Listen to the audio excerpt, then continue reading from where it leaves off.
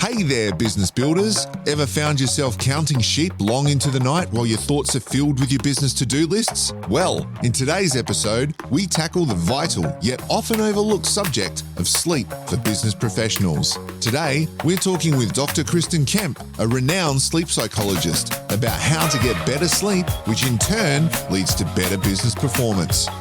Well, welcome to the Business Builders Podcast. We are your hosts. I am Brenton Gallant. And I'm Ron Tomlin. And Ron, well, actually, before we get cracking into it, we didn't put out a podcast last week. We were 1 week late. Yes. Well, busyness does that too. It's because we've got a special guest today and we had to wait for this person. Well worth the wait, I would say. Yeah, so we thought we wouldn't throw in a little episode in between to pad it. We thought we'd just wait an extra week. So if you were going, what happened to you guys last week? Well, we were getting ready for today. And in our last podcast, you threw down a bit of a challenge, Ron. I did. I challenged you and our listeners, but you get included in that to make sure that you book a holiday of some sort, even if it's a weekend away. Have you done your homework, Brenton? Well, we've booked a weekend away in early December, but it's just for the weekend. And I'm suggesting that we have a longer holiday in New Zealand, but we're just negotiating costs at the moment. Well, yeah, just think about this. When you're 80 years old, yes, will you say, I wish we'd gone to New Zealand? I regret having not gone to think about the consequences of not going instead of the cost of actually going. Because there's a cost to not going. That's a very good point. I know a certain person I need to talk about that with, which is all good. She's very concerned about all the things, making sure that we budget correctly and budget wisely. So that sometimes comes into that holiday arrangement too, yeah? Yeah, absolutely. And it's worth thinking about, but don't prevent yourself from taking. You can even take a holiday down to, I don't know, Goolwa or somewhere like that. Well, I've heard on the grapevine, probably from our guests when we had our pre-chat, that Goolwa Beach is one of the best places in the world. Yeah, well, I'd agree with that. I do think Kirikalinga sneaks in a little bit. So we better get into introducing our guests then without any further delay. Okay, so let's get on to it. Joining us today on the Business Builders Podcast is Dr. Kristyn Kemp. Now, Kristyn is an experienced sleep psychologist, which is so appropriate for today, and has a passion for helping individuals achieve their optimal rest. She has a career spanning over 2 decades and has dedicated herself to understanding the intricacies of sleep and its profound impact on our daily lives, which it does have. Having completed her extensive studies at Flinders University under the tutelage of Professor Leon Lack, a leading world expert in sleep, she conducted research in bright light therapy for circadian rhythm disorders and innovative non-drug therapies for insomnia, and I want to hear more about that later on today. As the director of the Adelaide Insomnia Clinic since 2004, Kristyn has been at the forefront of sleep health, providing in-depth assessments and treatments for a myriad of sleep disorders. Her commitment to this field is also reflected in her contributions to the Australian Psychological Society College of Clinical Psychologists and the Australian Sleep Association. Today, she's here to share her wealth of knowledge and offer practical advice that can help you, our business builders, not just chase your dreams, but also catch them every night.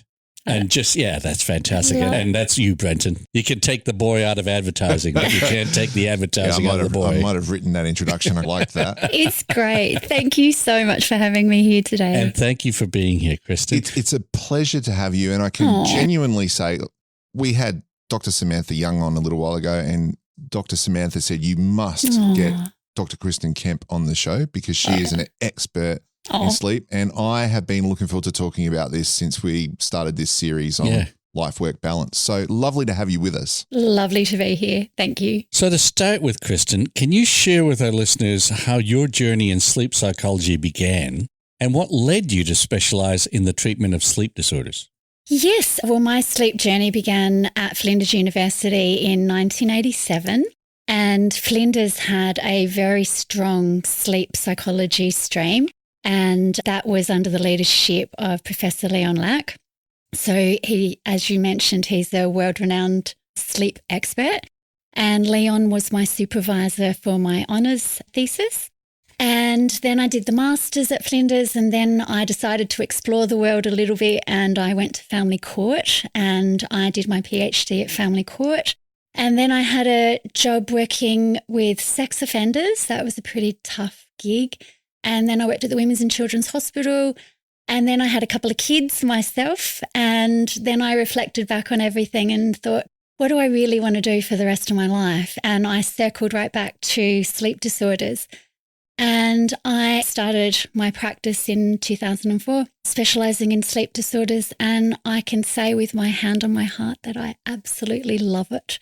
And the reason I decided to specialise in sleep disorders is because the treatments are very effective. And relative to, say, treating depression or anxiety, the number of sessions, I probably only see my patients for about 4 sessions, unless there are more complex issues. So I have some happy customers at the end, and I just love it. Being married to a psychologist, Yeah. I know what you're talking about in terms of sometimes the difficulties in treating some of the disorders that she sees.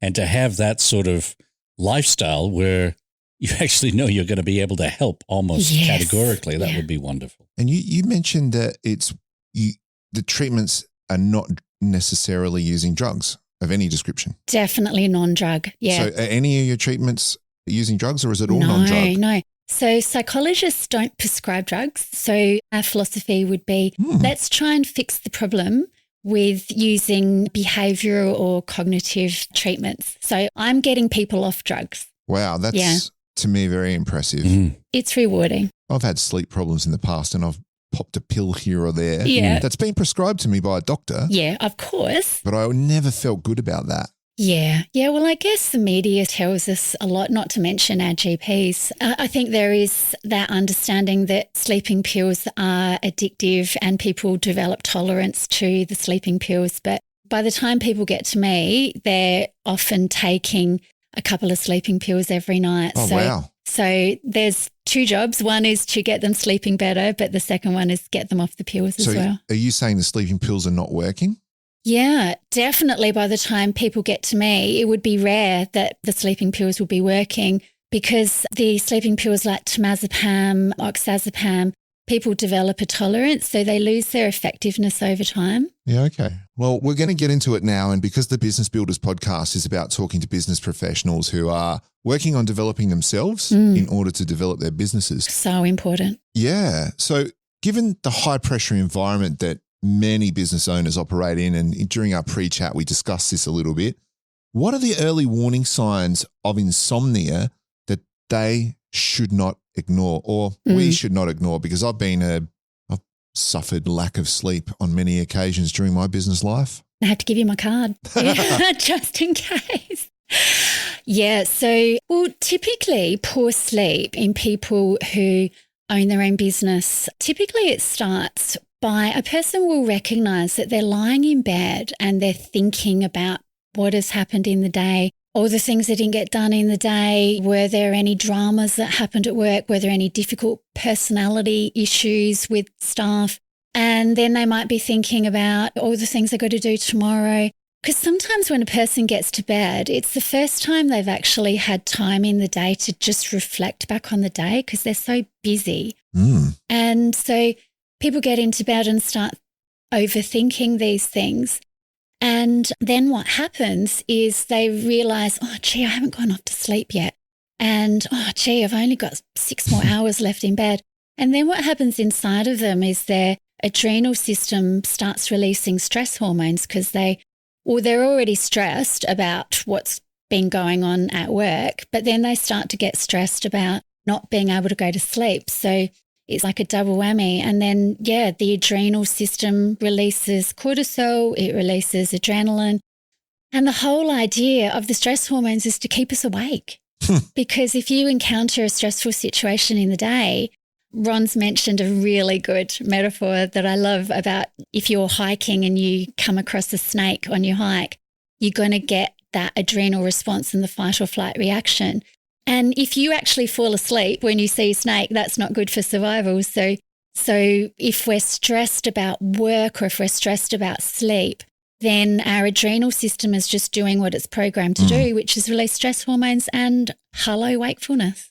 Okay. And we were talking earlier about the fact it's okay if that happens every now and again because, you know, your mind races. There'll be, for me at the moment, that might happen once every 3 months. So I don't see that as a problem. But I remember when I started my business way back when, it would be every second night. Yeah. So good sleepers have bad nights every now and then. Yeah. Even the sleep psychologist, once in a while, I'll have a bad night. But a good sleeper will generally bounce back the next night. Whereas for a person to technically have insomnia, the sleep problem has to last for about 3 months, and it has to be more often 3 months than is not. a long time. Yeah. And they're not feeling good by the end of that. So the early warning signs then is that it's a prolonged period of time that more often than not you're having a bad night's sleep. Yes. So there's the nighttime situation where a person is aware of overthinking in the night, having trouble to go to sleep, waking up in the night, having trouble going back to sleep, waking up too early and switching on about what's happening in the day. But then there's also the daytime functioning. So people who, if a sleep problem's building up, they'll drag themselves out of bed, but then they might start to get that adrenal response again because they're thinking, oh my God, I didn't get much sleep last night and now I got to do all my work today. And people overuse caffeine, even driving to work, they might think, oh my God, like, am I safe to be on the road? But then there's irritability, there's memory problems, and what else do people have? Attention, concentration problems. Yeah, so they're probably the common signs that a sleep disorder is developing. Okay, that's really interesting. And I think that's some good food for thought. So all of us, every now and again, we have a bad night's sleep, but what percentage of the people out there are suffering insomnia from your experience? Yeah, so technically what surveys will show is 15 to 20% of our population have a sleep problem. So if you think of how many people you have in your workplace, 15 to 20% are probably having a sleep problem. And I was at the Australasian Sleep Conference last week. One of the amazing presenters, this is Amy Reynolds from Flinders Uni, she presented some really fascinating information. If you've got a person who has a sleep disorder at work, they are going to cost you $7,000 a year. Yep. For what reason? Just because absenteeism or? Absenteeism and presenteeism. Oy. Yeah. So a person who doesn't have a sleep disorder on average will take a week off in a year. I'm not talking about annual leave, but a person without a sleep disorder might have a week off in a year, but a person who has a sleep disorder will take 4 weeks off in that year. Right. Because of that, because of the sleep problem. So that's absenteeism, but there's also presenteeism, which I think is really interesting too, that if a person has a sleep disorder, they're not on their A game. No, that's right. Yeah. And so that's going to be costing the business as well. So what Amy was saying at the conference was, if you have got a staff member with a sleep disorder, it's actually going to be cheaper for you to send them off to get treated than it is to just keep them there. Okay. So in summary, probably 15 to 20% of the people listening to this podcast have a sleep disorder. Yes. Like a diagnosable sleep disorder. And based on what you're saying, the next question I was going to ask you was about basically how chronic sleep disruption affects our daily performance. And I think you've really spoken into that.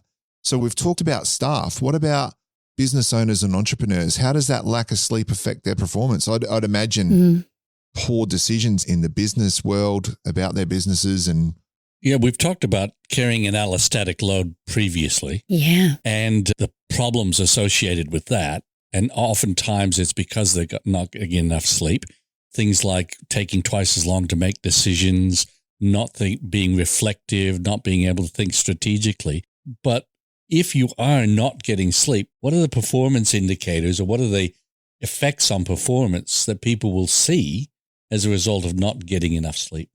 So are you meaning like if you're the boss in a workplace and you're observing your staff, what would you say? No, but I'm talking more about the actual entrepreneurs and owners themselves. Yeah. If you're not getting enough sleep, what effect does that have on your performance? Just so many effects. It's all what the two of you and Sam have been talking about. But, things like, then you're not leading your business if you've got a sleep problem. Yeah. And the two of you and Sam talked so well about that if you own your business, you have to be a leader. And that's different to managing people, like you've been saying too. So you're not going to be leading your staff. You're going to be making poor decisions, not seeing the big picture, being irritable with staff, and also perhaps more likely to walk past bad behaviours in the workplace because I'm too tired to deal with it. And then unfortunately, that affects on the culture of the staff, and not so good. No, not at all. And one of the things that we continually talk about is the need for the owner of the business, or the leader of the business, to model the right sort of behavior. So and right. if you're modeling the sort of behavior because of a lack of sleep, it's not going to be the type of thing you want your staff to reflect back to you. You're so right. Yeah. If you're irritable yourself, then what message does that send to the rest of the staff? I worry more about the impacts of bad decisions or making snap decisions, because when you're tired and irritable, and I've seen this happen before with my business partners, when we get grumpy with each other, and you get grumpy when you're tired because just small things just set off that bomb. And if you say the wrong thing and blow up at a staff member, it can have bad ramifications. You are so right. Yep. So anyone who has a sleep problem is not going to be as patient and tolerant as what they would normally be. And just sleep problems, I think, make us forget why we do this, because it's too hard. If you're tired and you've got memory problems and you're irritable and you're not making good decisions, then it's easy to ask that question of, why am I doing this? But if a person is sleeping well and they are on their A game during the day, then you enjoy a business more. And that gets to the point of, what is enough sleep? Yeah, good question. And a lot of people will say you've got to have 8 hours. And other people say, I can get by with 5. Well, and I'm sure that you're going to tell us that everyone's different. But when should I be concerned as a business builder? When should I be concerned that I'm not getting enough sleep? Probably go by daytime functioning, I would say, because like you were saying, the average amount of sleep for an adult between the ages of about 30 and 75 is 7 hours of sleep. So if you get on Dr. Google and it says if you're not getting 8 hours of sleep, there's something wrong. Well, that's not actually true. Our sleep needs decline over our lifespan. You said our sleep needs decline over our lifespan. Yes. Can you explain that? Teenagers get about 9 hours of sleep. When we're in our 20s, it goes down to 8. Between the ages of 30 and 75, it goes down to 7. And then after the age of about 75, it goes down to 6.5. And one of the reasons we think that happens is because as we get older, we're more sedentary and we're not moving around as much as a teenager. So I guess one of the morals of that story is, don't stop moving your body. So the busier and the more active you are in the day, especially during your retirement, the more sleep you'll get. Wow, that's really interesting. It's interesting because you go to a lot of nursing homes and all they seem to do is sleep. Yes. And what you're saying is that can develop chronic sleep problems as a result. Yeah, well, the amount of benzodiazepines that are handed out in elderly care facilities, it's a worry. So what if you get too much sleep, right? So I probably exist on 6 hours sleep a night, and that tends to be okay. Yeah. My partner probably sleeps about 9 hours a night. Does she sleep 9 hours though? Oh, well, if I don't disturb her, yes. Is it good quality sleep? I think so most of the time. Yeah. So, the law of averages, if the average for us adults is 7 hours, then there are some people that need 9 and there are some people that get away with 6. So, Brenton, if you weren't getting enough sleep, you will know about it in the day. Yeah. You'll be dragging yourself through mud through the day. And people know when they've got a sleep problem. They know when they're not functioning at their best. And I guess maybe that's when it's time to think, well, maybe I should do something about it. But if you get 6 hours of sleep and you feel like you function pretty well, but given that a good sleeper has a bit of fatigue in the afternoon, like that's normal. But if you feel like generally you're on your A game, 6 hours is enough for you. Okay, but if we take that a step further and we go, can you have too much sleep? Yeah. There's a gentleman I know, when he went through depression, he couldn't get out of bed. Yes, yes. Sometimes when people have depression, they don't get enough sleep because they have a lot of early morning awakening. But some people oversleep, and that's a way of hiding from the world. Yeah. So if I'm depressed and I just pull back the covers over my head and try to go back to sleep, I don't have to deal with the world. And also seasonal affective depression, when people get the winter blues, is also associated with oversleeping. Yeah. Especially in countries like Sweden and so on. Where Yeah, where there's where a they high... don't have a lot of sun. No. Yeah, that's right. Lucky we're in Australia. Yes, exactly. Absolutely. Beautiful sun. If anyone from Sweden is listening, So- we think Sweden's a great place too. Yeah, there's a good destination for a holiday. That's true. There you go. Kristen, could you walk us through a typical scenario you've encountered with business owners or entrepreneurs, how they develop insomnia? What causes it? Well, I have got a bit of a case study that I could go through with you. So, like I mentioned before, with a business owner, because it is a highly pressurized environment, like that is true, work demands are high. It seems like there's never enough time to get everything done. And then people lie awake in bed thinking about it. So I'll give you a case study. So we've got Mary, who's 50 years old. She's married with 2 teenagers and she lives in the city. She owned a business selling baby furniture and products, and she had about 3 shops and a staff of about 10. She had a husband who was in between jobs. He had been really stressed in his job and he wasn't working at the time. So she felt really financially responsible to keep the herd moving ahead. And they were also building a house. And so she came to me with poor sleep and, taking a while to go off to sleep. She was waking for about 2 hours every night and overthinking all the stressful things that were going on in her world. Was taking at least an hour to go to sleep. She was getting not even 6 hours of sleep. Probably most of my patients only are getting 4 or 5 hours of sleep in a night. And she was only asleep for 72% of the time she was in bed. And for a good sleeper is asleep for 85% of the time they're in bed. Yep, so that's normal. She said she would stay in bed during the night until it was futile, and then she would get up and watch TV. She said she was feeling washed out when she got out of bed, so not refreshed at all, like she'd been in a tumble dryer all night. She felt tired driving to work. At work, she said she was going through the motions. She was flat at work. She was not enthusiastic, not motivated. She said she was pretty much able to meet deadlines, but she just couldn't be bothered. So she was losing the why of why she was doing her business. People at work said they noticed that she didn't look happy. This was a real trouble for her. She had one of her staff members who had a bit of a personality issue.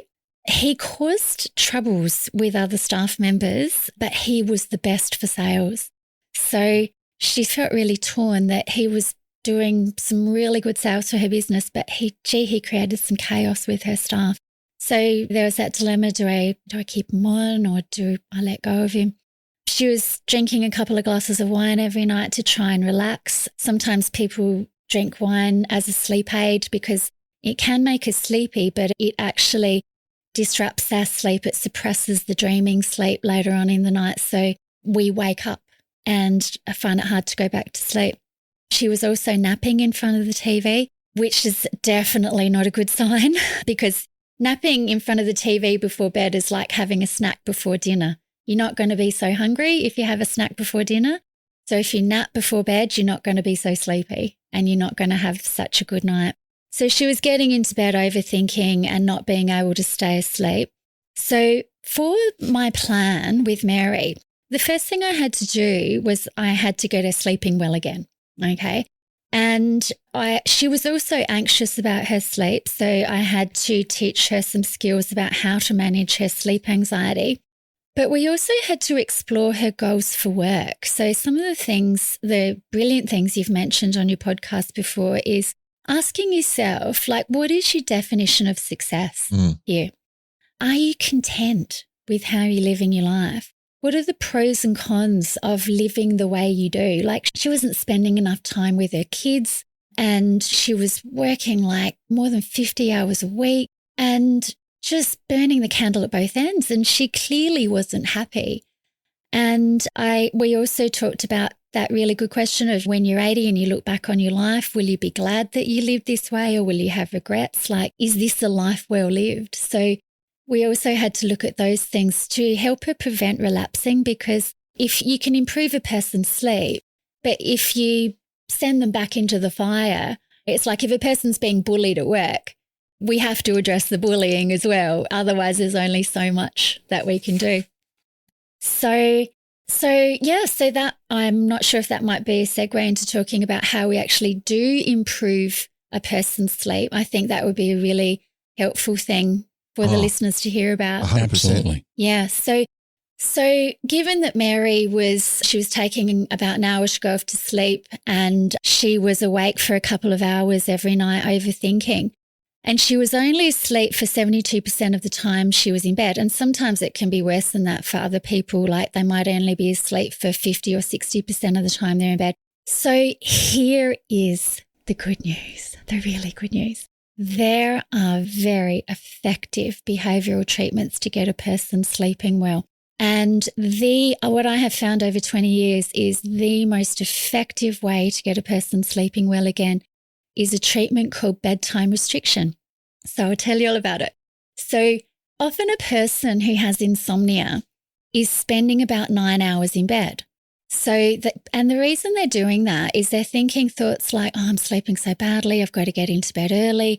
I was napping on the couch, maybe I just need to get into bed. And they snooze their alarms for as long as they can in the morning.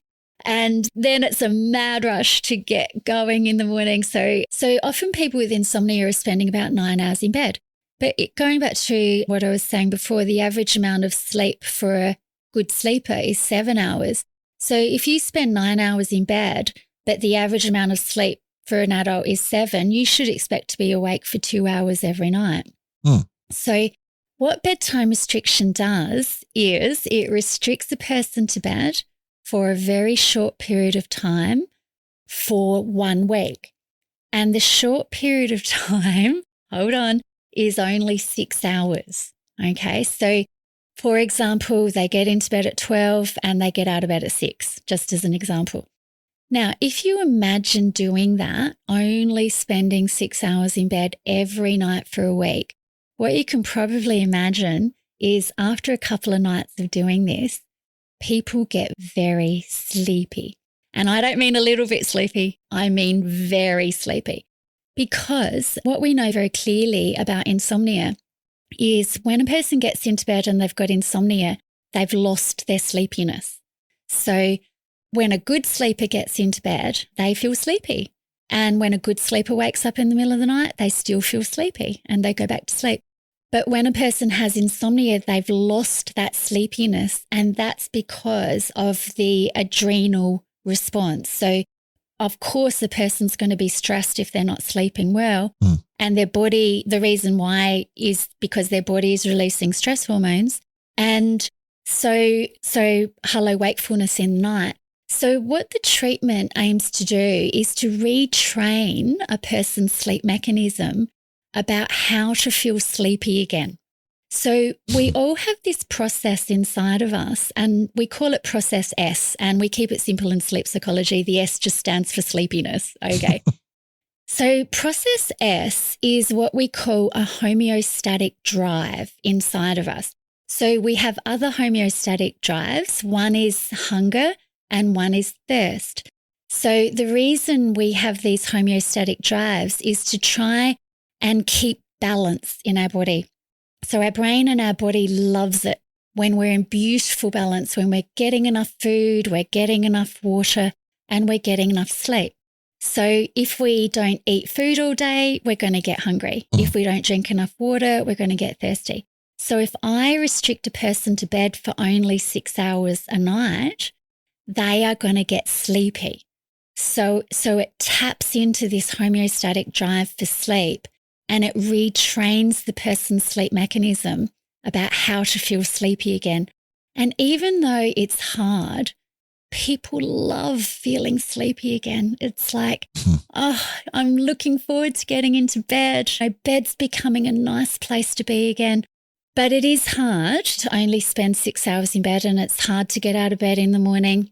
But fortunately, most of my patients are soldiers and they do it. You got to be careful about them driving into work when they're doing the 6-hour restriction because they're going to be more tired in that first week. Well, I've heard that lack of sleep is equivalent to being under the influence of alcohol.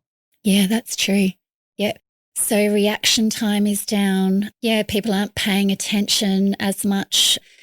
Yeah. So the first week is pretty tough, but what happens after about 3 nights of doing that is people start to go to sleep quicker. It reduces all the wakefulness in the night. So if a person is sleeping more in the night, they're not thinking in the night. So for 80% of my patients, if I get them sleeping better, I don't even have to address thinking in the night because if they're sleeping, they're not thinking. So that's 1 week you do that for?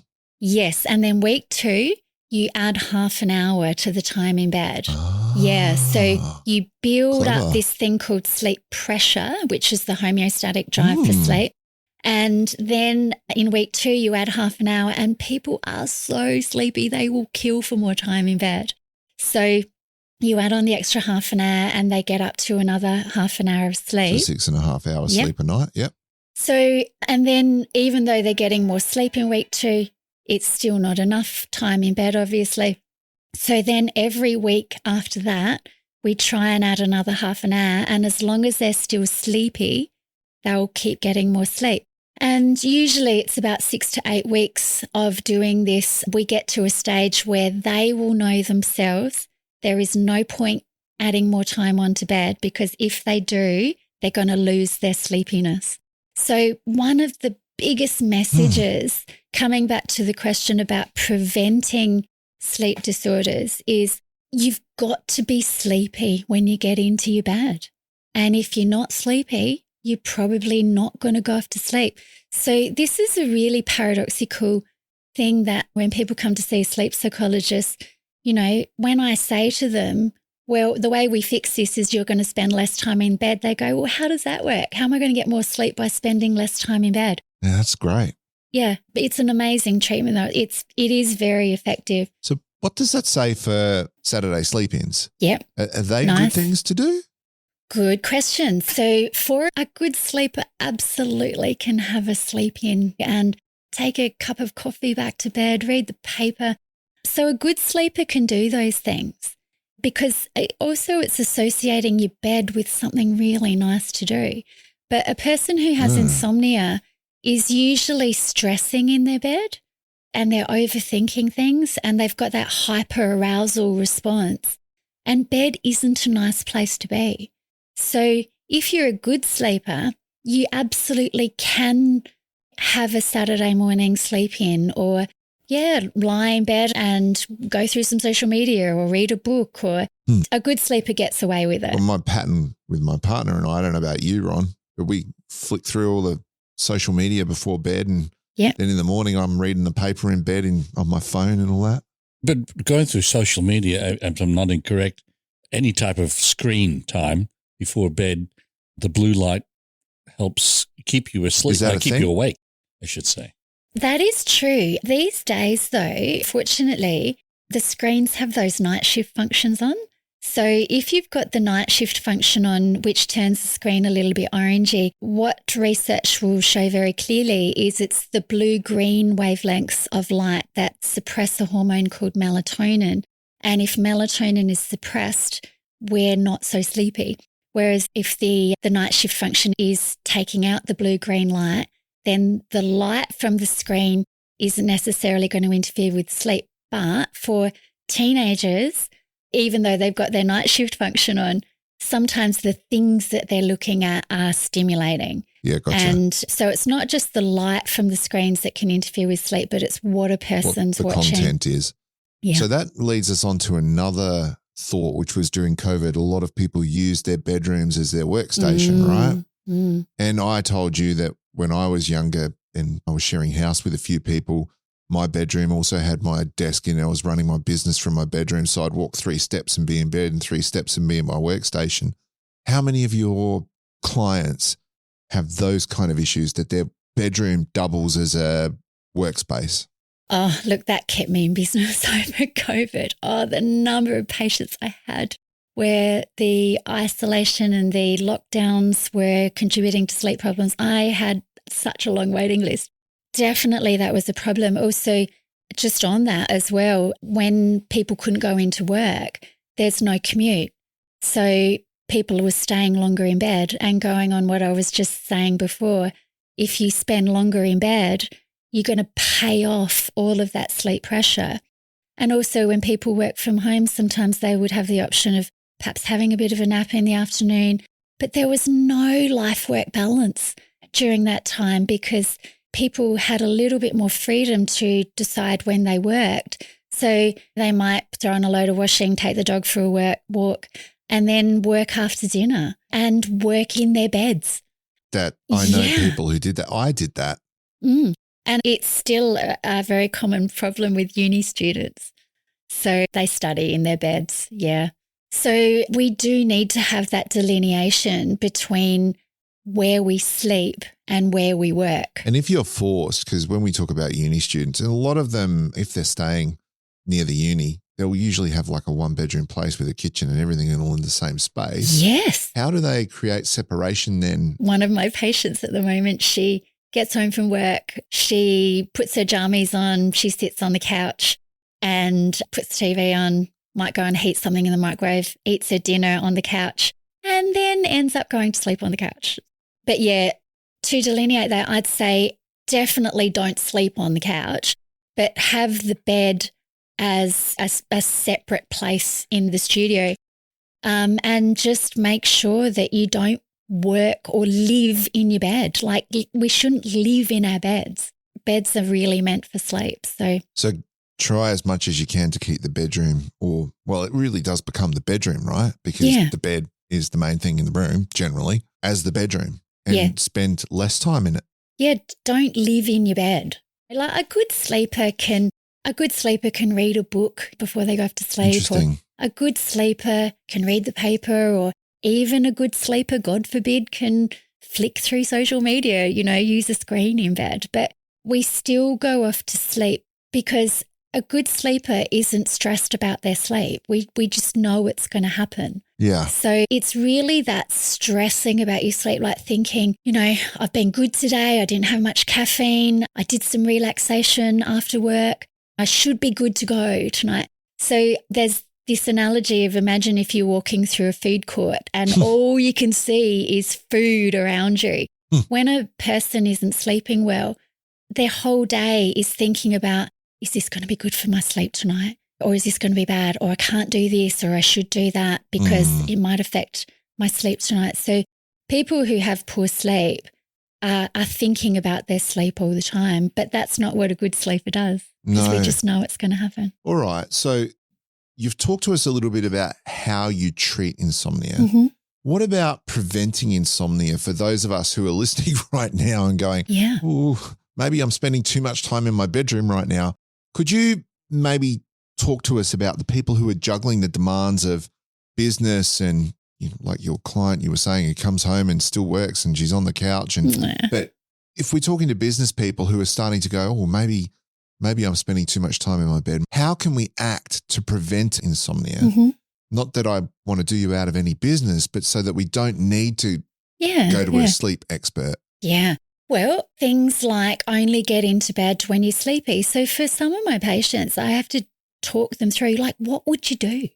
What would you do if you had an extra couple of hours every day? I actually love having that conversation because it's about having a life-work balance, isn't it? So you can't just work and go to bed. Like, we're supposed to have leisure time where we do our hobbies and interests and spend time with our family and go out with our friends. And so when I'm telling a person to stay up a bit later or get out of bed earlier, then I get excited about it. It's like, right, you've always wanted to be one of those people that get up in the morning and go for a walk or do some exercise or go to the gym. You have a hobby in making candles, or you have a hobby in something creative. You like photography. Yeah.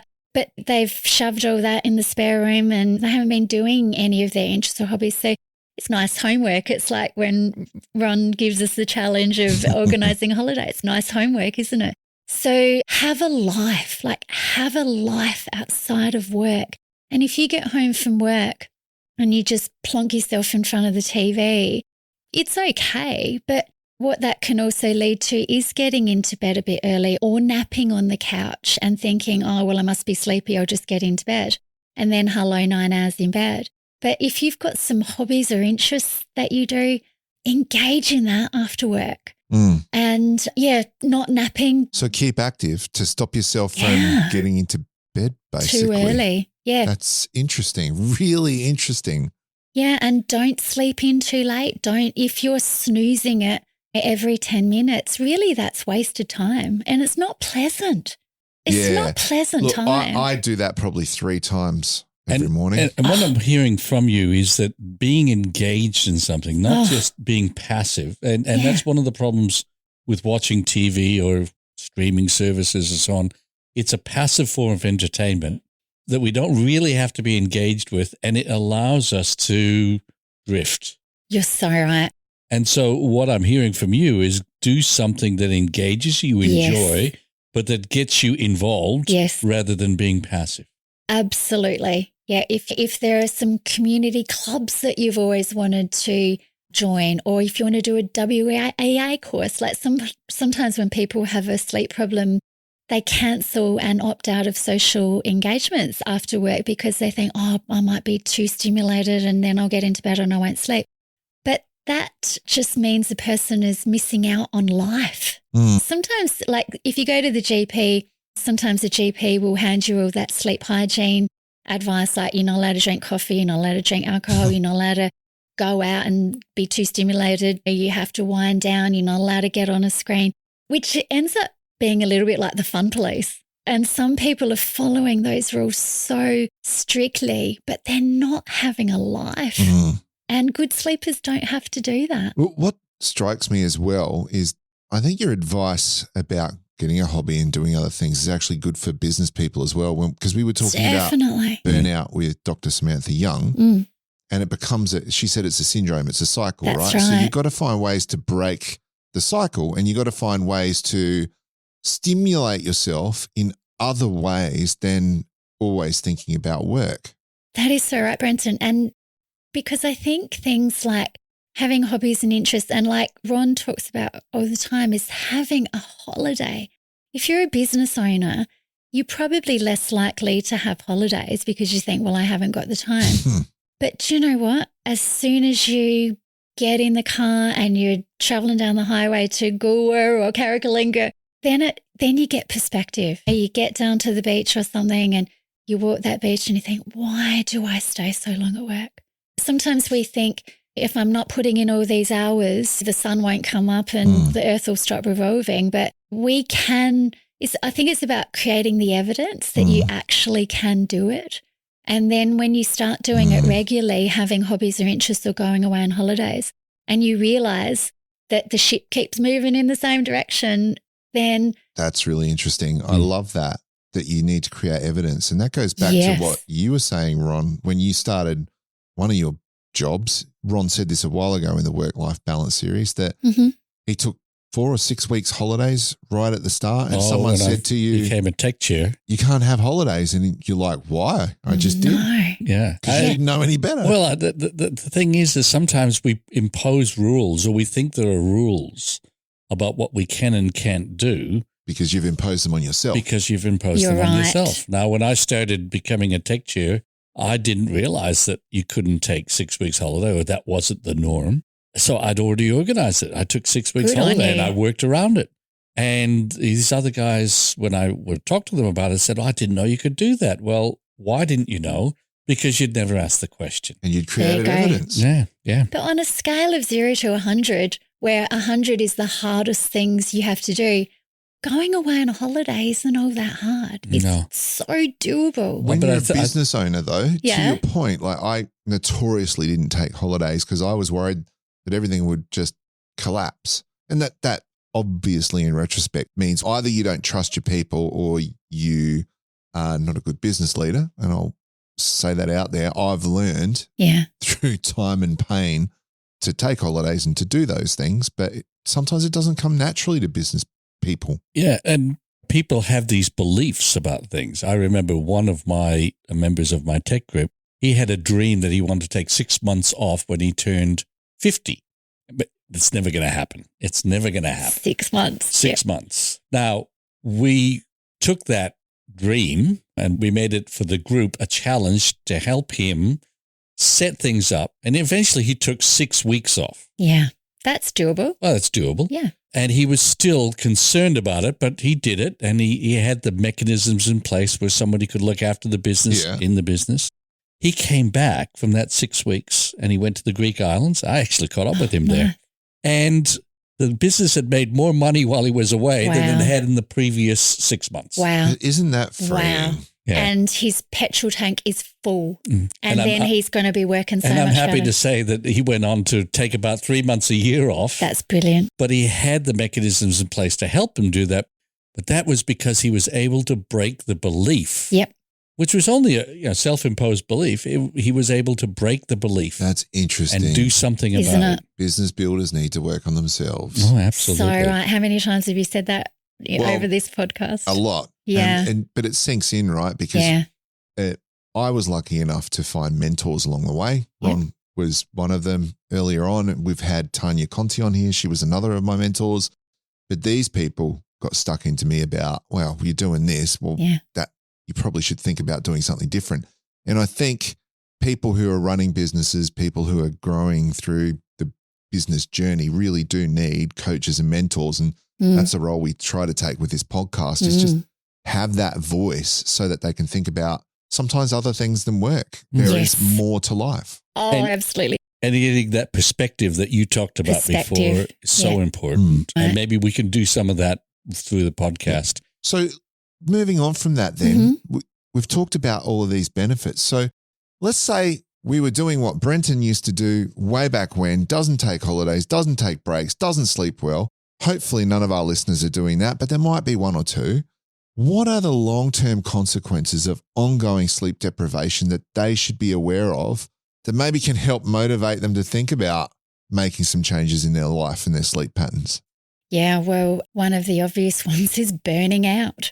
That's a long-term consequence. Not all of my patients are burnt out, thank goodness, but some of them are. And perhaps if they had have got onto the sleep problem and the anxiety and the stress a bit earlier, they could have prevented that. But mainly the long-term consequences of not sleeping well are more on the mental health areas. So definitely anxiety, definitely depression. And there is a little bit of talk in the media that if you don't sleep well, then you're going to end up with dementia. And it was really interesting at the Australasian Sleep Conference last week. Flinders University did an excellent study just recently. So it's a meta-analysis where they collated all the results of randomized controlled studies for people that have had insomnia and good sleepers. So they looked at the lifespan, so the longevity of those two groups. And if people with insomnia got dementia, they would die sooner. That's just how the logic goes. But there was no significant difference between the lifespan of people who had insomnia and normal sleepers. So, really? Yeah, it's. I guess there's a couple of media personalities that they cherry pick little bits of research here and there to create wildfires, so to speak, and get people really anxious about, oh my God, if I don't sleep, I'm going to get insomnia and I'm going to get dementia. And it sells their books and they make lots of money out of it. But I think it's good news that if you've got insomnia, you're not looking down the barrel of dementia. And it's very well treated. So the number of people that come into my practice who have read those books or listened to those TED Talks or are listening to those particular podcasts, and they say, Kristen, I'm going to get dementia if I don't sleep better. So I can reassure them and say that that is not conclusive science. Obviously, everyone wants to sleep better, and that can be easily done. But the anxiety that it's stirred up in the community, but certainly the science is not conclusive. Is it stirring up that anxiety because there's a lot of people who have sleep problems, like you said, 15 to 20%. And I would, when I have had sleep problems, I think things I did is I got online and found those delta wave songs that go on and on for 8 hours. And I think it might have helped. Maybe it was a subconscious thing, but I'd leave that playing beside my bed. And I actually remember researching, well, how do I sleep better? How do I learn to sleep? And that's how I got onto that delta wave music. Yeah. But you would imagine people go out there and try and find resources so they would come across these books, yeah? Yeah, that's right. And so, yeah, so I think the takeaway message is that if you have got insomnia, it's very treatable. And there's no point a person getting all anxious that, oh my God, I'm going to get dementia or have a stroke or have cardiovascular problems. There are other sleep disorders that have those as risk factors like sleep apnea. Okay. But that's not insomnia. Yeah, okay. So definitely my patients are at risk of anxiety and depression and burnout, and that's certainly not good. And if a person is burnt out, it affects their relationships as well. So it's worth preventing rather than curing, I would say. Yeah, sure. Yeah, but the good news is it's treatable. Definitely is. So if you have these sort of problems, and this is advice for our business builders, if you have these sort of problems, seek out professional help.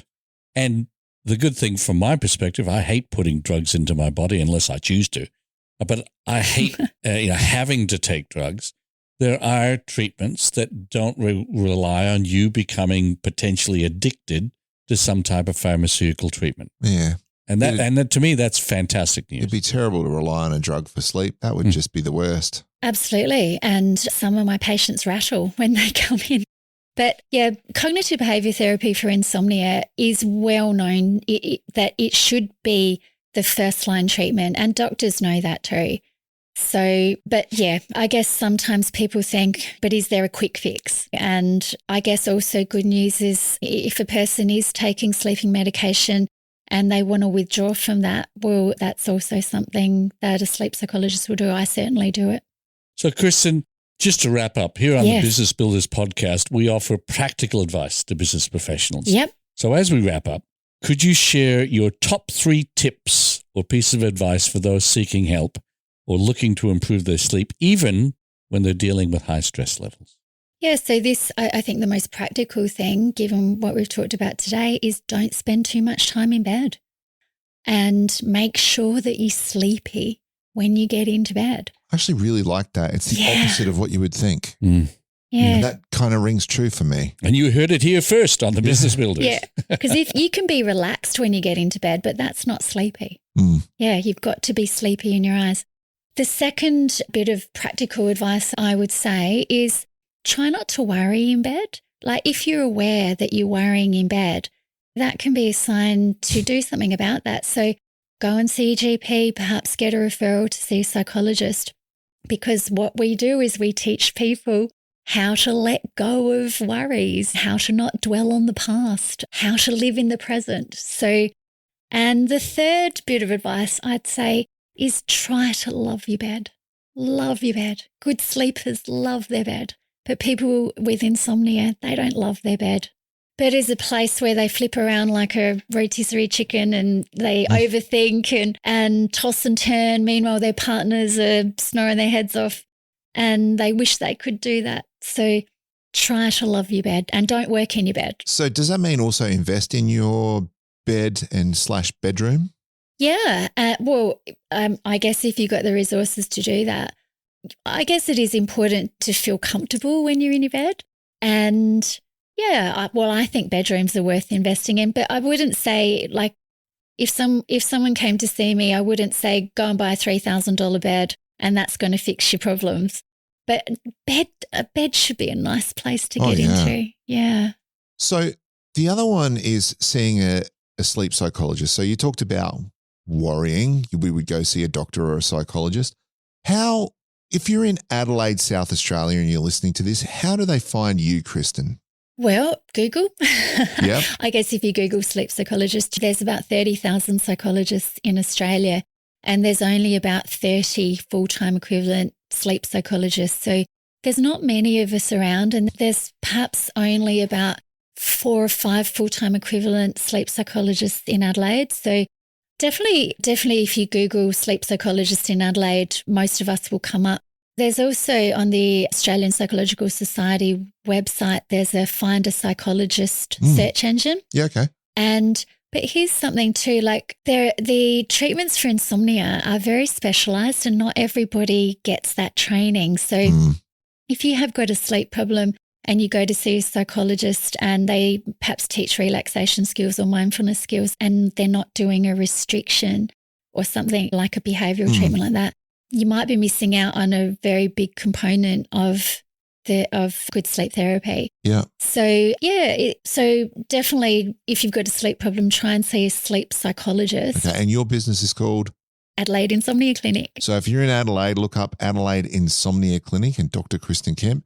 If you're in Australia, it was what did you say it was? Yeah, the Australian Psychological Society website has a search engine. Right.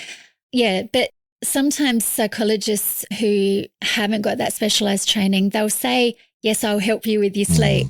But it really needs to have that bedtime restriction component to it to be really effective. How do you know that the person is a qualified sleep psychologist? Yeah, you'd probably have to ask them, or otherwise often on the websites they might say that, I think if I think of the sleep psychologist in Adelaide, most of us, that's all we do. Yeah, so Adelaide Insomnia Clinic, you'd be pretty sure we're going to be talking about insomnia. And I would imagine for our international listeners that there's similar services globally, I would imagine. Definitely. Yeah, absolutely. Fortunately, sleep psychologists are worldwide. And as I said, cognitive behaviour therapy for insomnia is well known, backed up by science, plenty of evidence that it is the first line treatment for insomnia. I have a feeling, Ron, that we could talk about this a lot longer because there's a bunch of other questions I've got burning in my head, but we've run out of time. Well, there's always the potential to get Kristen back. Would you like to come back at a future date, Kristen? I have to check my life-work balance, I think. Oh, look at that. Well done.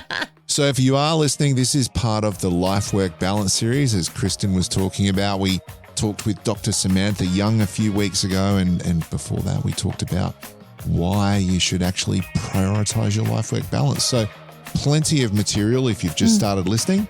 And we've got a few episodes before Christmas, Ron. 2 episodes to go, I think. 2 episodes to go, and we'll continue the series until the end of the year. Okay, so we'll finish it off just before Christmas. And then start the new year with a new topic. Okay, well, it's been lovely chatting with you, Dr. Kristen Kemp. It's been lovely to be here. Thank you for having me. Making the time. And thank you everyone who's been listening. It's goodbye from me. And goodbye from me. And goodbye from me.